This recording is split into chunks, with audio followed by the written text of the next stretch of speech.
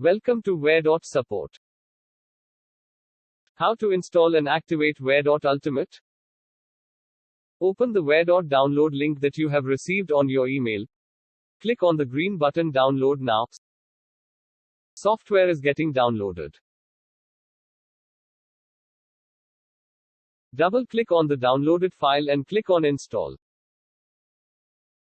Now follow the instructions on your computer screen. Click on Close.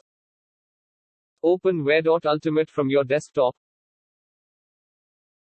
Click on System is Protected and then click on License on the left menu. Then on the Activate button, fill in the details and the activation key that you have received on your email after purchase.